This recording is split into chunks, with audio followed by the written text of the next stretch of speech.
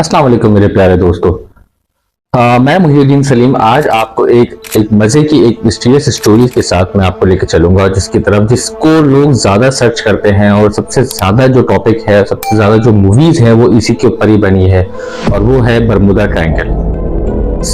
बरमुदा triangle एक ऐसी mystery है कि जहाँ पे जो लोग जो भी वीडियो सर्च करते हैं वो ये सोचते हैं कि वहां पे ऐसी क्या चीज है कि वहां पे जो भी शिप्स, जो भी जहाज या जो भी चीज जाती है वो वहां जाके गायब हो जाती है। इस जगह पे एक ऐसी क्या चीज है या वहां पे ऐसी कौन सी कशिश है, वहां पे कौन सी ऐसी अर्थ की ग्रेविटी है कि चीज या तो आसमान खा जाती है या जमीन निकल जाती है।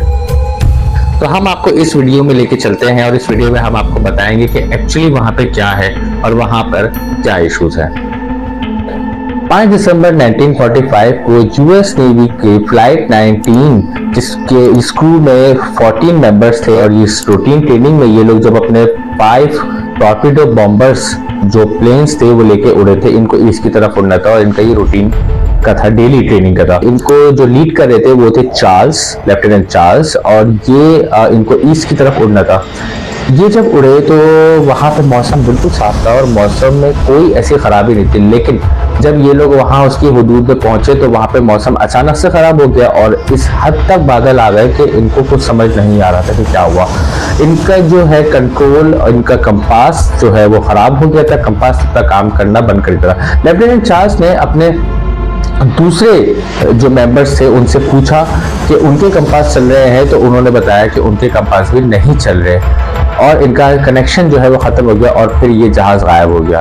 इसको ढूंढने के लिए सर्च रेस्क्यू टीम जो कि 30 मेंबर्स की थी यूएस नेवी ने उनको भेजा। जब उनको भेजा तो उनको ये जहाज ना मिले और कुछ टाइम बाद उनका जब एक मैसेज आया कि इनको यहाँ पे आसमान में एक कैंडल सी लाइट जो कि जमीन की तरफ जा रही है वो दिख रही है और उसके बाद उनका कनेक्शन भी खत्म हो गया। ये एक ऐसी मिस्ट्री बन गया कि ये दोनों, जिसमें फ्लाइट 19 जिसके 14 मेंबर्स थे और रेस्क्यू जो टीम थी जो 30 मेंबर्स से गई थी, ये दोनों कहाँ गायब हो गए ये आज तक किसी को नहीं पता लग सका। हम सब ने कई और बरमुदा ट्रायंगल की जो है बहुत सारी स्टोरीज सुनी है और बहुत सारी हमने मूवीज देखी है और बहुत सारी वीडियोस जो है वो बरमुदा ट्रायंगल के ऊपर जो है वो पब्लिश हुई।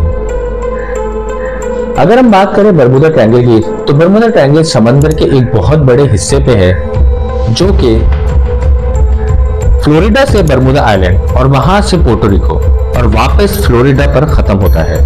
ये एक ट्रायंगल बनता है और जिसका एरिया तकरीबन 80 लाख स्क्वायर किलोमीटर है।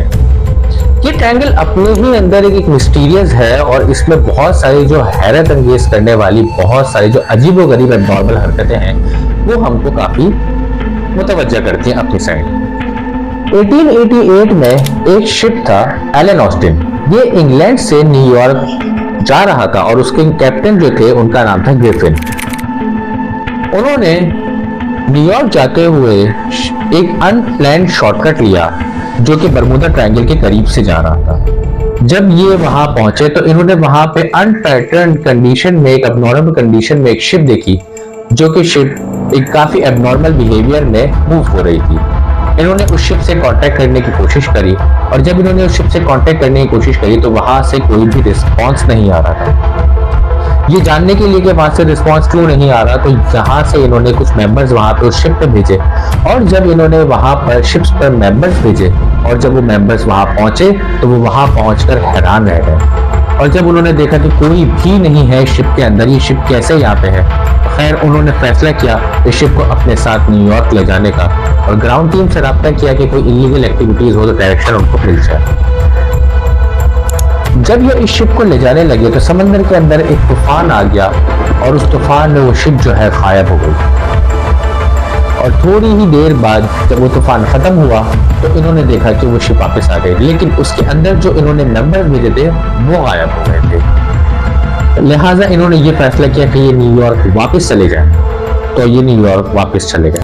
क्रिस्टोफर कोलंबस की एक बुक 1492 में उन्होंने ये लिखा था कि जब वो यूरोप से निकल के बरमुदा ट्रायंगल के पास पहुंचे तो उन्होंने आसमान से कैंडल लाइट जैसी एक रोशनी देखी जो जमीन की तरफ आ रही थी। ब्रूस ग्रोनो एक ऐसे वाहिद शख्स हैं जिन्होंने बरमूडा ट्रायंगल के ऊपर सफर करके अपनी डेस्टिनेशन पे पहुंचे।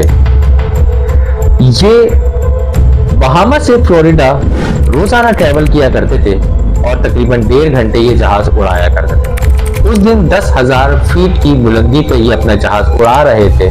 मौसम एकदम क्लियर था, लेकिन आगे जाके अचानक मौसम एकदम खराब हो गया और इस हद तक क्लाउड आ गए कि इनको समझ नहीं आ रहा था ये क्या करें। इनको ऐसा लग रहा था कि कोई नेगेटिव एनर्जी या कोई एक एक्सटर्नल एनर्जी है जो जहाज को बाहर से कंट्रोल कर रही है और इनका कंपास और इनके प्लेन के अंदर के जो भी इक्विपमेंट्स थे वो काम करना बंद कर गए थे। ग्राउंड टीम से इनका कनेक्शन जो है वो खत्म हो गया था, लेकिन ये रुके नहीं, ये घबराए नहीं और ये चलते रहे। और थोड़ी देर बाद जब वो बादल खत्म हुए, इनको रोशनी दिखी, तो इनका ग्राउंड टीम से जो है वो राब्ता हुआ। और ग्राउंड टीम जब इन्होंने उनसे राब्ता किया तो वो शॉक हो गई कि 45 मिनट्स के अंदर इन्होंने ये सफर कैसे तय कर लिया। लगभग 250 माइल्स जो है उसका डिस्टेंस था, जो कि 1.5 घंटे में ट्रेवल होना था। 180 माइल्स पर आवर जो है वो जहाज की मैक्सिमम स्पीड थी और प्रैक्टिकली ये पॉसिबल नहीं था कि 45 मिनट्स में 180 माइल्स पर आवर की स्पीड से जहाज को ट्रेवल करके पहुंचा दिया जाए। जब ग्राउंड टीम ने जहाज को चेक किया, उसका फ्यूल चेक किया, तो उसका फ्यूल भी पूरा था। लेकिन ये अब चीजें रिजॉल्व हो गई हैं। आज अगर हम देखें तो बरमूडा ट्रायंगल के ऊपर सबसे ज्यादा ट्रैफिक, सबसे ज्यादा शिप्स, सबसे ज्यादा प्लेन्स जो है वो उड़ते हैं और हमारे पास कोई भी इंसिडेंट रिपोर्ट नहीं होता। हमारे पास आज एडवांस जीपीएस रडार सिस्टम है। ये सारी चीजें होने के बाद हमें ये पता होता है कि कोई भी इंसिडेंट या वेदर की क्या कंडीशन है वो हमें पता लग जाती है। तो हमारे पास जो भी एक्सीडेंट होता है उसकी वजूहात एक बेहतर तरीके से हमें पता लग जाता है कि ये इंसिडेंट क्यों हुआ है, कि क्या वो ह्यूमन एरर था या वेदर इश्यूज था। बरमूडा ट्रायंगल के ऊपर 8634 शिप जो है वो ट्रेवल किए, जिसमें से 2 का हमारे पास कैजुअलिटी रिपोर्ट हुई। और इतने बड़े समंदर के अंदर 2 की कैजुअलिटी रिपोर्ट होना कोई बड़ी बात नहीं। अगर हम देखें तो बरमूडा ट्रायंगल के ऊपर सबसे ज्यादा मूवीज बनी है और हमारे पास एक और एरिया है जो कि ड्रैगन ट्रायंगल के नाम से जाना जाता है और वो जापान के करीब है। उसका डिस्टेंस और उसका एरिया भी तकरीबन बरमूडा ट्रायंगल जितना ही सेम है। वहां पे भी वैसी ही चीजें होती हैं कि कंपास का काम करना बंद हो जाता है, वहां भी खराब रही है। ये समंदर का तूफान वहां पे भी रहता है। ये दोनों असल में अर्थ के एक ही जो है लैटिट्यूड पर है, बरमूडा ट्रायंगल और ड्रैगन ट्रायंगल। अर्थ के 2 ज्योग्राफिकल पोल होते हैं, एक मैग्नेटिक पोल, एक जियोग्राफिकल पोल। और जियोग्राफिकल पोल सिस्टम को जो हम अर्थ के जिस एक्सिस पे होता है इसको हम ट्रू नॉर्थ पोल भी कहते हैं। अर्थ की कुछ जगहें ऐसी होती है जहां पे हमारा जो कंपास है वो बिल्कुल एक्यूरेट हमें नॉर्थ दिखा रहा होता है, और जिस जगह पे हमें वो एक्चुअल नॉर्थ दिखा रहा होता है उसको हम कहते हैं एगोनिक लाइन।